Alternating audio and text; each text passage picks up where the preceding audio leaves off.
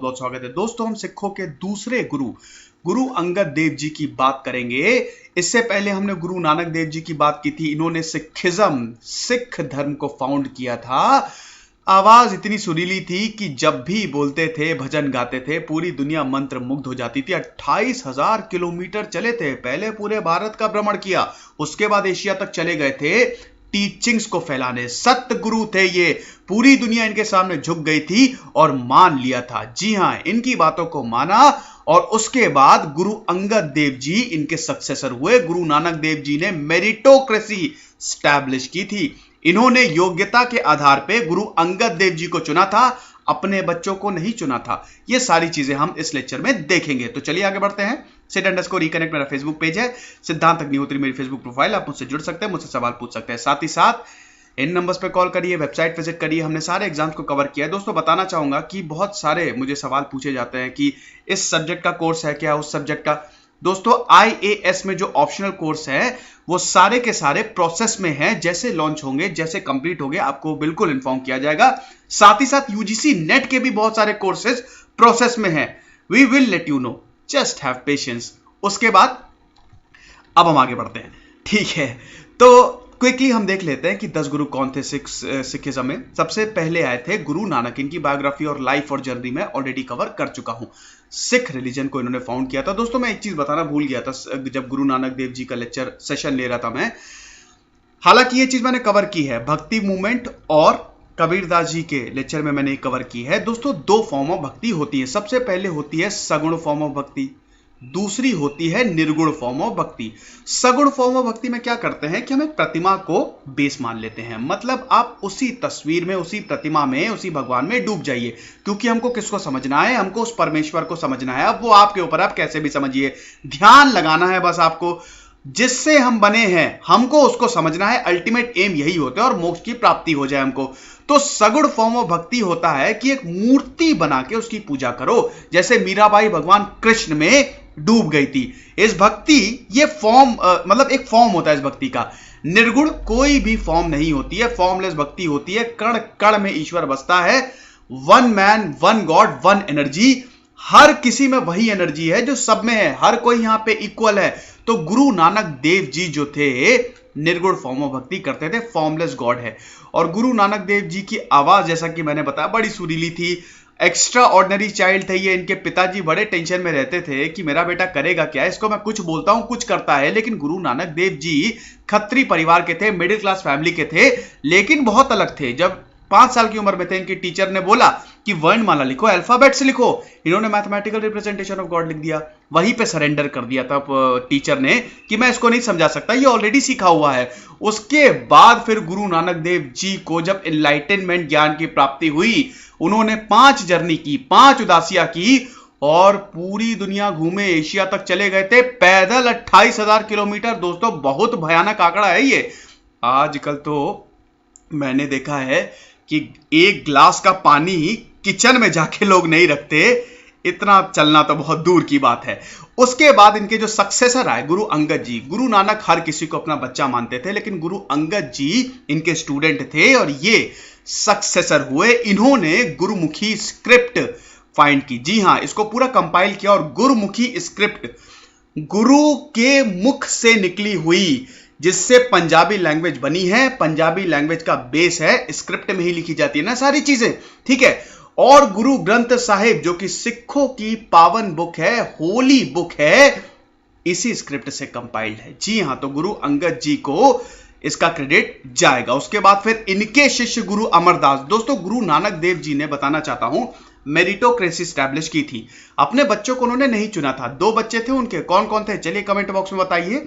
अपने बच्चों को उन्होंने नहीं चुना था, अपने शिष्य को चुना था। जी हां, बहुत सारे इन्होंने परीक्षाएं भी ली थी और हर परीक्षा में गुरु अंगद जी जो थे वो पास हुए। और फिर गुरु नानक देव जी को ये बिल्कुल एहसास हो गया कि गुरु अंगद देव जी से सही कोई नहीं है, तो इसीलिए अपना सब कुछ वो इनको देके चले गए। वैसे तो गुरु नानक देव जी के सामने कोई भी आता था वो सीधा सरेंडर कर देता था, हथियार डाल देता था। ऐसा कुछ इनका ऑरा था। उसके बाद फिर गुरु अमरदास, गुरु रामदास, फिर अर्जन देव, फिर हरगोबिंद जी, हर राय जी, हरकिशन जी, गुरु तेग बहादुर जी और फिर गुरु गोविंद सिंह जी। जी हां, खालसा पंथ की शुरुआत करने वाले इनके बारे में भी हम देखेंगे। वैसे बैटल सीरीज जो मैं कवर कर रहा हूं उसमें गुरु गोविंद सिंह जी के बारे में बताता चल रहा हूं। अगर अर्ली लाइफ देखें दोस्तों तो हर एक छोटा सा गांव है पंजाब में, वहां पे 29 मार्च 1504 में इनका जन्म हुआ था। हिंदू परिवार से थे। इनके जो पिताजी थे वो ट्रेडर थे, छोटा मोटा बिजनेस करते थे। इनके पिताजी का नाम था फेरूमल और माता जी का नाम था माता रमो, और इनका जो नाम था बचपन में लहना। जी हां, गुरु अंगद जो है वो गुरु नानक ने इनको नाम दिया है। इनका ओरिजिनल नाम था लहना। अब दोस्तों एक चीज बताना चाहूंगा, 4 सेक्ट होते हैं, 4 चीजों की हम पूजा करते हैं हिंदुइज्म के हिसाब से। दोस्तों मुझसे बहुत हर डेली कम से कम 5-10 मैसेजेस आते हैं कि हिंदुइज्म पे लेक्चर कब आएगा। मैं बताना चाहता हूं कि इस दिसंबर में पक्का आ जाएगा, लेट नहीं होगा। मैं सारे रिलीजन जो greatest religions of the world हैं उन सबको कवर करूंगा। हिंदुइज्म से शुरुआत करेंगे दोस्तों, वो बहुत बड़ा लेक्चर है इसलिए मुझे थोड़ा टाइम लग रहा है और मैं बहुत बिजी भी हूं अपने शेड्यूल में, लेकिन मैं दिसंबर में उसको लेके आऊंगा। तो 4 सेक्ट हैं। सबसे पहला कौन सा है? वैष्णविज्म। दूसरा है शैविज्म, तीसरा शक्तिज्म और चौथा समर्थिज्म। वैष्णविज्म भगवान विष्णु की पूजा जो करते हैं, शैविज्म भगवान शिव की पूजा, समर्थिज्म देवी देवता, और शक्तिज्म जो है देवी की जो पूजा करते हैं जैसे माता दुर्गा, माता काली, तो वो शक्तिज्म होता है। गुरु अंगद जो थे वो पंडित थे, शुरू में ही पंडित थे और शक्तिज्म को फॉलो करते थे। दोस्तों एक चीज बताना चाहता हूं, India is she not he. India जो है इसीलिए हम भारत माता बोलते हैं। अगर आप देखें तो सारे डिपार्टमेंट भैया यहां पे देवियों के पास है। जी हां, महिलाओं के पास है। फाइनेंस डिपार्टमेंट किसके पास है? माता लक्ष्मी। डिफेंस डिपार्टमेंट किसके पास है? दुर्गा मां। जो स्टडी का डिपार्टमेंट है विद्या माता। खाली इंफॉर्मेशन एंड ब्रॉडकास्टिंग जो है वही बस नारद मुनि के पास है, बाकी सब जो है वो सब देवियों के पास है। खैर जोक्स अपार्ट, लेकिन इसीलिए भारत को माता का दर्जा दिया गया है। इंडिया इज शी नॉट ही। तो शक्तिज्म को फॉलो करते थे गुरु अंगद देव जी और माता दुर्गा के भक्त थे। लेकिन उसके बाद जब गुरु नानक देव जी की शरण में आए, इन्होंने सरेंडर कर दिया। 16 साल की उम्र में ही इनकी शादी कर दी गई थी। खत्री लड़की थी, माता खिवी नाम था जिनसे इनकी शादी हुई थी 1520 में, और इनसे 2 बच्चे और 2 बच्चियां थी, दासू और दातू, अमरो और अनोखी। ठीक है, तो ये चीज है। अब उसके बाद दोस्तों क्या है कि 1526 में क्या हुआ था? फर्स्ट बैटल ऑफ पानीपत लड़ी गई थी। बाबर आ गया था और बाबर ने इब्राहिम लोदी को हरा के ये साबित कर दिया था कि अब एक नए एरा की शुरुआत हो गई है। दोस्तों मैंने फर्स्ट बैटल ऑफ पानीपत और इसके बाद जो 3 बैटल्स हुई थी, घाघरा, चंदेरी, वो सब मैंने समझाई हुई है। आप देख लीजिएगा, बैटल ऑफ खानवा, घाघरा, चंदेरी, सबसे पहले फर्स्ट बैटल ऑफ पानीपत हुई थी। ये सब मैंने अपने बैटल सीरीज में समझाया हुआ है। तो बाबर का जो रूल था वो शुरू हो गया था। मुगल क्या करते थे? गले काट काट के बहुत बड़ी सी मीनार बना देते थे। अब मुगल्स का सबसे ज्यादा इंफ्लुएंस नॉर्दर्न साइड पे था। पंजाब बहुत वल्नरेबल, अरे खैबर पास से होते हुए पूरा अफगानिस्तान, पाकिस्तान, उस समय तो वैसे सब भारत में ही था, तभी तो भारत में एंट्री ली थी ना, तो पाकिस्तान रास्ते में ही जाता था, रास्ते में पंजाब जो है वो रास्ते में ही पड़ता था। तो उस समय गुरु अंगद देव जी भाई लहना को यह एहसास हुआ कि शायद यहां पे रहना खतरे से खाली नहीं है, मुगलों का इन्वेजन हो सकता है। तो उसके बाद फिर वो सेटल हुए खादूर साहिब में, अपने गांव को छोड़ दिया था जिसको इस समय तरन तारण बोला जाता है। और जैसा कि मैंने बताया ये एक रिलीजियस टीचर थे, पंडित थे। लेकिन दोस्तों हिंदुइज्म और सारे स्क्रिप्चर्स में ये बोला गया है कि बिना गुरु के आप आगे देख नहीं सकते। अब यहां पे 2 चीजें हैं।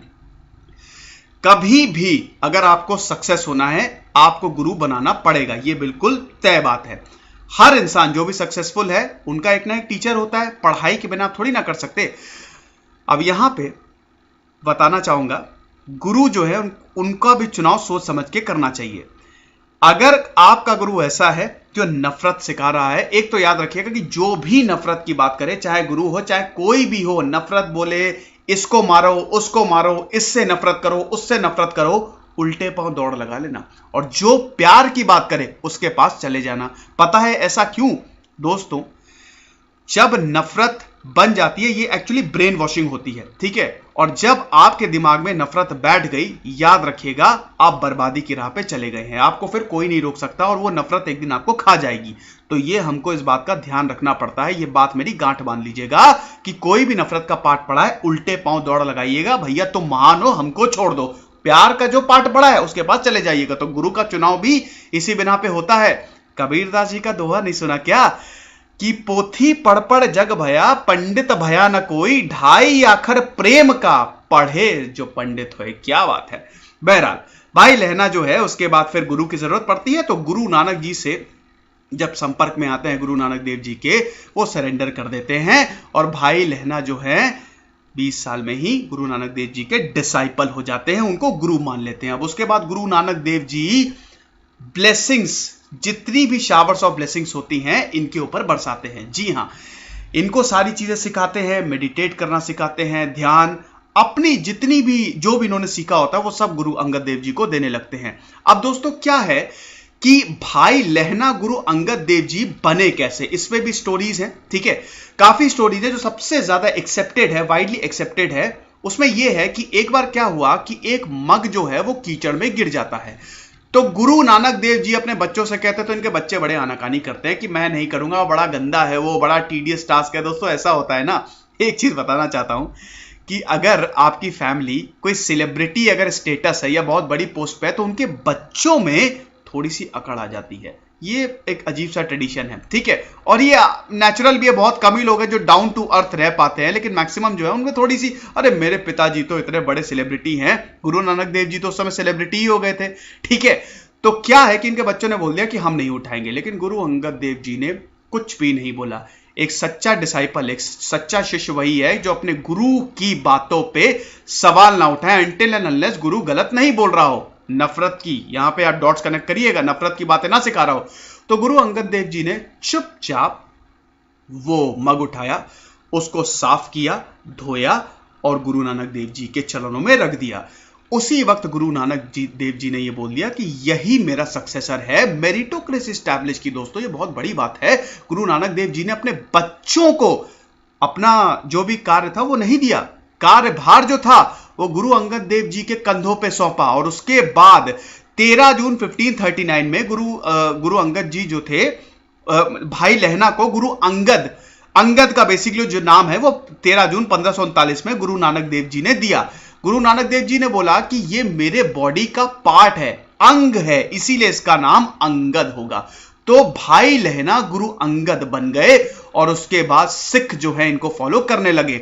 जैसे ही गुरु नानक देव जी ने समाधि ली 22 सितंबर 1539 में डिस्प्यूट हो गया। देखिए दोस्तों, जो बच्चे हैं उन्होंने रिवोल्ट कर दिया, गुरु गद्दी, जो गद्दी है गुरु की वो मेरी है, मेरे पिताजी थे गुरु नानक, तुम्हारे नहीं थे।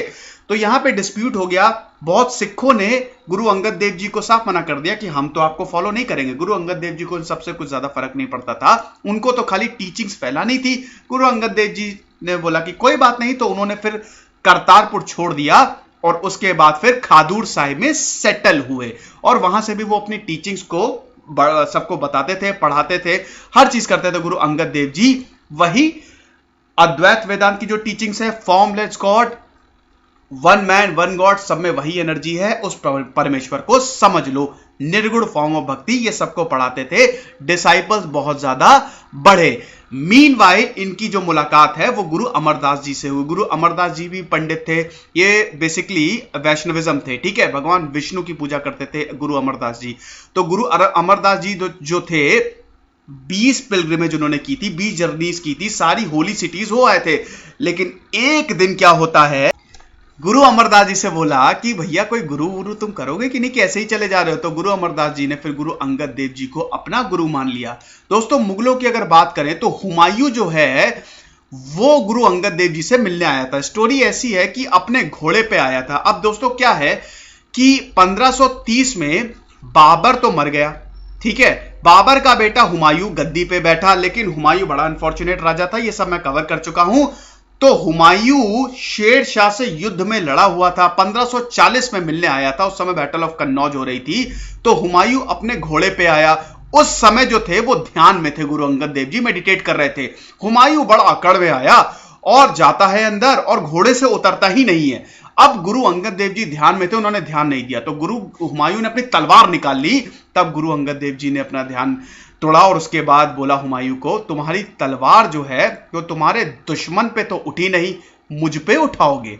बैटल ऑफ कन्नौज से उनका रेफरेंस था। हुमायूं वहीं पे ही सरेंडर कर देता है।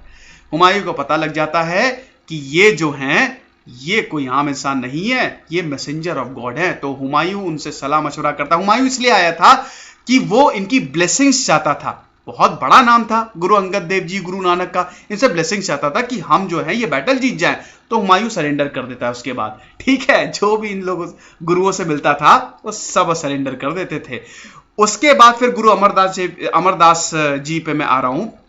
तो गुरु अमरदास जी जो थे ये इनके सक्सेसर चुने गए और ये गुरु अंगद देव जी ने पहले ही बोल दिया था कि मेरा जो सक्सेसर है वो गुरु अमरदास ही रहेगा। और उसके बाद क्योंकि गुरु जो अमरदास जी थे वो बहुत सेवा करते थे गुरु अंगद देव जी की, सारी टीचिंग्स उनकी मानते थे और बड़े इंटेलिजेंट थे। ठीक है, एक्सपीरियंस तो थे ही।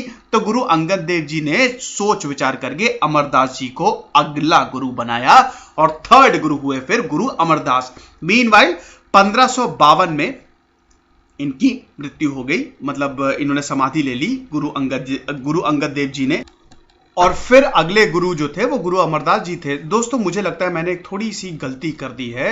मैं बताना चाहूंगा दोस्तों कि इनका जो जन्म था वो बेसिकली 31 मार्च को हुआ था। ये 29 मार्च नहीं है दोस्तों, ये 31 मार्च है। वो आई एम रियली सॉरी, जब मैं पीपीटी बना रहा था तो शायद मैंने इसको ध्यान नहीं दिया था। I am really sorry. तो ये 31 मार्च 1504 में इनका जन्म हुआ था। ठीक है, ये थोड़ी सी गलती कर दी है मैंने। और इनकी जो डेथ है वो 29 मार्च को हुई थी। तो आप ये थोड़ा सा मुझे माफ कर दीजिएगा, है ना। अरे दिल बड़ा है, माफी कर देंगे। I am really sorry. वो एक्चुअली क्या होता है कि जब कभी कभी हमसे भी गलती हो जाती है पीपीटी बनाते बनाते, ठीक है, काफी टाइप करना पड़ता है। तो अब क्या है, गुरु अंगद देव जी ने सबसे पहले गुरुमुखी का ये जो स्क्रिप्ट है ये बनाने का श्रेय इनको जाता है। दोस्तों गुरुओं की वाणी गुरु ग्रंथ साहिब इसी गुरुमुखी से ही लिखी गई है, जो होली बुक है सिखिज्म की। दोस्तों जहां पे गुरु ग्रंथ साहिब रखी जाती है, गुरुओं की वाणी है। दोस्तों गुरु ग्रंथ साहिब को या गुरुओं की बात करना चाहता हूं, गुरुओं को यहां पे कोई महज एक पर्सन नहीं माना गया है। यहां पे इनको एक पूरा स्क्रिप्चर माना गया है जिसको गुरु ग्रंथ साहिब के फॉर्म में कंपाइल किया गया है।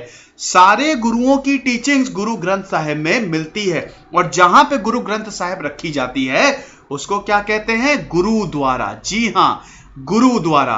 तो गुरु का द्वार बेसिकली 4 द्वार होते हैं, मैं बताना चाहूंगा 4 द्वार। सबसे पहले डोर ऑफ पीस, उसके बाद लाइवलीहुड, डोर ऑफ लाइवलीहुड, उसके बाद डोर ऑफ लर्निंग और फाइनल डोर ऑफ ग्रेस। तो ये 4 डोर होते हैं गुरुद्वार में, 4 द्वार होते हैं। और दोस्तों आपको भी पता है कि अगर ये चारों क्वालिटीज किसी ने अपना ली वो महान है। जी हां, वो महान है और उसके बाद फिर उसका तो सक्सेसफुल होना तय है।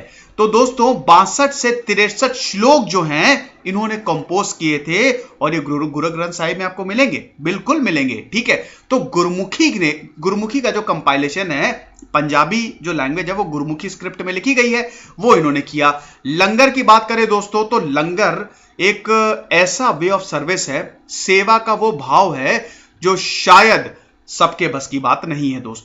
दोस्तों सिख जो है वो बहुत सर्विस में बिलीव करते हैं, सेवा में बिलीव करते हैं। अरे भैया, भारतीय फौज में सिख बहुत सारे हैं। ठीक है, तो लंगर का बेसिकली 3 मेन ऑब्जेक्टिव होते हैं। सबसे पहले लंगर होता क्या है, ये भंडारा होता है। हर किसी को बैठाल के, भूखा है पेट भरा है फर्क नहीं, लेकिन हर किसी को एक जगह पे बैठाल के लंच कराया जाता है। जी हां, ठीक है। तो लंगर दोस्तों इसका सबसे मेन जो है वो 3 ऑब्जेक्टिव है। सबसे पहले क्या, सेवा, सबसे इंपॉर्टेंट, हमको सेवा करनी है। दूसरा इक्वालिटी, जी हां, उस समय कास्टिज्म जो था वो बिल्कुल भरा हुआ था। ठीक है, ऊंच जात नीच जात ये सब भरा हुआ था। कॉमन किचन, एक किचन होगा सबके लिए और उसी से हम सबको परोसेंगे। हर कोई साथ में बैठ के खाएगा और साथ में होगा सब कुछ, अलग अलग बिल्कुल नहीं होगा, जात के हिसाब से नहीं। और तीसरा एक कॉमन किचन, ये मैं ऑलरेडी बता चुका हूं कि सबके लिए कॉमन किचन होगा। तो ये 3 जो मोटिव्स हैं, वैसे मेन मोटिव तो यही है कि इक्वालिटी हो, संदेश ये जाए कि हर कोई जो है वो समान है। जी हां, वैसे तो सच बात है, हर कोई समान है, ऊंच नीच ऐसा कुछ भी नहीं होता, ये भी याद रखिएगा। तो ये चीज है। उसके बाद क्या है कि गुरु अंगद देव जी ने हर जगह विजिट किया, जो गुरु नानक देव जी ने जो गुरु नानक देव जी ने अपने सेंटर्स बना रखे थे और अपनी टीचिंग्स को उन्होंने स्प्रेड की। तो ये पूरा लेक्चर था मेरा गुरु अंगद देव जी पे। आई होप ये लेक्चर आपको पसंद आया होगा, इसको जरूर शेयर कीजिए, सबको पता चलना चाहिए। बहुत जल्द हाजिर होऊंगा अपने नए लेक्चर के साथ, तब तक खुश रहिए, पढ़ते रहिए। जैसे सिद्धांत तक नहीं होती, साइनिंग ऑफ एंड शेयर जरूर कर दीजिएगा। Thank you so much.